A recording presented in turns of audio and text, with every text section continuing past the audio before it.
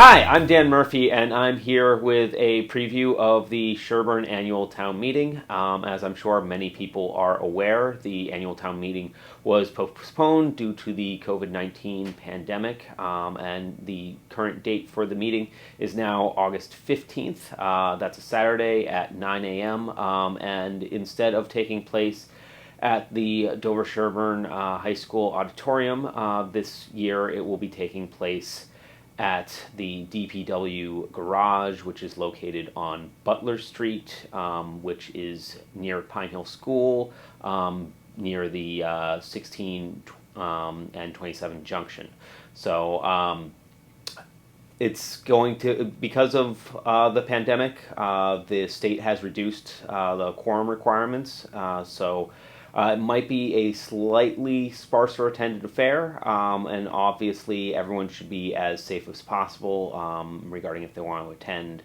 And be safe is definitely the priority. To try to get a sense of how many people are going to be showing up at the town meeting, they have posted, or the town has posted, a survey on its website, sherbornma.org, asking you to please fill out the form and inform the town how many people you expect to come. They're setting up canopy outside. I believe masks will be a requirement, and again, I think it's really important that people consider their safety when attending this town meeting. The quorum requirements have been reduced, so we might see a smaller than usual crowd at the town meeting, but that doesn't change the work that's going to be done at the town meeting. They have probably tried to reduce the warrant as much as possible. There are 23 articles on the warrant, which is a relatively small number compared to past meetings, and let's go through them. First up is Article 1, which is reports, which is just to hear the town reports. Many of these articles, including Article 1, are fairly procedural. Just stuff that needs to be taken care of this year. I think everything was submitted by either the select board or one of the town boards, with the exception of one citizen's petition, which we'll get to. Next is Article 2, which is fiscal year 20 supplemental appropriations, dealing with the current fiscal year. Article 3 is the other post-employment benefits. It's trust fund, another fairly procedural article that shows up every year. Article 4 deals with is unclaimed property, which another procedural one. Article 5 is cemeteries. Article 6 is unpaid bills. So there are 4 unpaid bills. They total $5,069.34. 2 are relating to the DPW.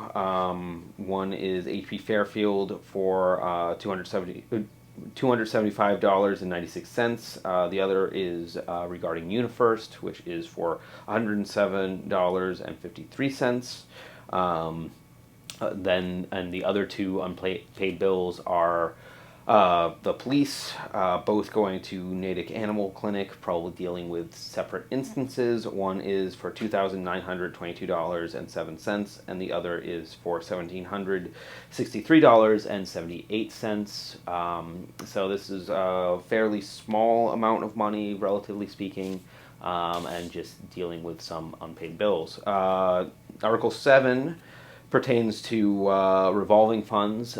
These are to set the limits for fiscal year 2021 regarding various programs. First up is the Council on Aging programs, which the idea is to allot, or the proposal is to allot $75,000. Next is the Board of Health Immunization Clinic, which is looking at $15,000. Next is the Recycling Committee sale of bins, which is looking at $860. Next is the Town Forest sale of firewood for $35,000. Next is Recreation, which is looking at $250,000. Next is Farm Pond, which is looking at $160,000. Next is Ambulance, which is looking at $375,000.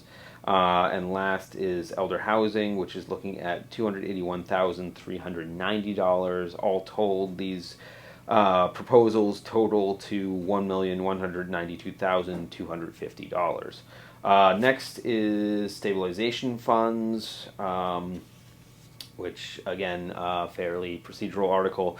Next is the fiscal year 2021 Omnibus budget for next year.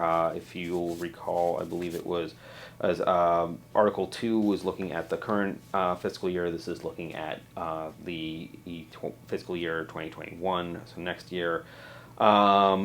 Next is the capital improvement plan, again for fiscal year 2021. And that is looking at, I think we have a total of 7 different items, or actually 9 different items. They split the DPW into subsections in a kind of somewhat odd way, but first we have the fire department is looking at portable radios for $62,667. The SSB, which I would imagine stands for the Sherborn Select Board, is looking at town buildings and facilities for $312,730. The DPW has a total of 6 items, but they're split over 4 subcategories. They kind of split C into C1, C2, and C3. So C1 is equipment non-road work related for $30,000. C2 is equipment road work related, which is $58,400, and C3 is a wheeled excavator for $175,000. So I think they wanted to look at those 3 pieces individually. Next up is Article 10, Section D, which is DPW roadway management for $350,000. And then it's DPW stormwater MS4 compliance, consult and improvements for $200,000.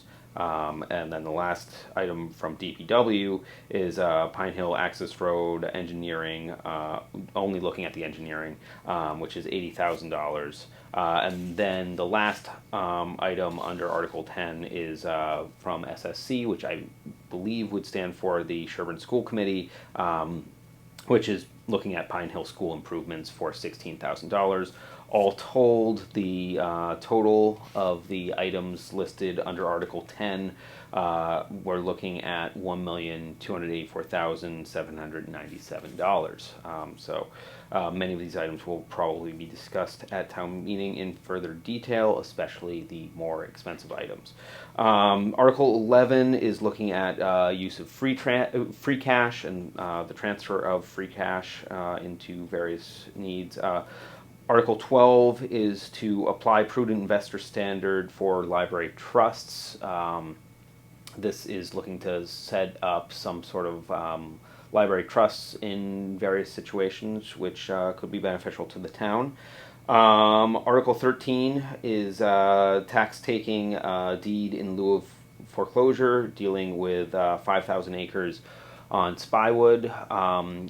This is, I believe, to transfer the deed to the town and accept that land. And so then we move on to Article 14, which is to accept Mass General Law, Chapter 59, Section 57A, Repayment of Tax Bills. Article 15 deals with DPW, Fire and Police surplus equipment revolving fund and setting a $30,000 limit on that. Article 16 is related to community choice aggregation. And then Article 17 is Affordable Housing Trust Bylaw. I believe all of these, the community choice is aggregation on Article 16 relates to where people get their power and other utilities, and the ability to opt in and out of various providers. Article 17's Affordable Housing Trust Bylaw establishes a trust related to affordable housing. Article 18 regards removing Section 4.9 of the zoning bylaws, which was a temporary moratorium on marijuana establishments. The moratorium has passed and has expired, so it therefore needs to be removed. The state of Massachusetts has released more clarification regarding marijuana facilities, and I think at this point Sherborn is capable of prohibiting them, which I think is what the town has decided is the best course of action regarding that situation. Article 19 is to amend Section 1.4.6 of the zoning bylaws findings. I think and then Article 20 and Article 21 also regard amending various sections of the zoning bylaws. Article 20 is to amend Section 4.7 open space, the subdivision bylaw, and Article 21 is regarding zoning bylaw Section 4.9, inclusionary zoning provision. Yeah. I think basically these are just to clarify some language. I know that there's been some discussion of zoning bylaws regarding existing structures and space that has been discussed in the past in past meetings, and I think this is just to clarify some of them. Article 22 deals with Coolidge Crossing. It's to establish an easement for some of the construction on Coolidge Crossing in terms of access to water and power and other utilities. And then Article 23 is the final article, which is also the citizens' petition that I had mentioned earlier. This is to establish a Pine Hill Elementary start times, traffic, and safety study, and to try to impose restrictions on changing the school start time before that study is completed. As people may be aware, the plan in the fall has been to change the start times of the middle and high school and elementary schools, to move the middle and high school start times later and the elementary school times earlier. People have expressed some concern about the safety of moving the elementary start time earlier, and I believe that this petition would be intended to look at that. So those are the 23 articles that we are going to be looking at this town meeting. Again, the meeting will be taking place 9 a.m. August 15th, which is a Saturday, at the DPW garage off of Butler Street, which is near the 1627 Junction and Pine Hill School. This will be an outdoor space. I believe that they're setting up some sort of canopy that people will sit under. People are encouraged to visit sherbornma.org and apply online to let the town know if you're going to attend and how many people you will be attending with from your household. We want to keep this as safe as possible, so this information is really helpful. The state has imposed lower limits on quorums, so if you don't absolutely have to be there, you are welcome to stay home, and hopefully a lot of these issues will be somewhat resolved beforehand. People are encouraged to wear a mask if they do attend, but please be respectful of everyone in your community and try to stay as safe as possible. So thanks so much for listening to this preview. Hopefully this town meeting goes well and we get through this quickly. So thank you so much for watching. Once again, I'm Dan Murphy, and thank you.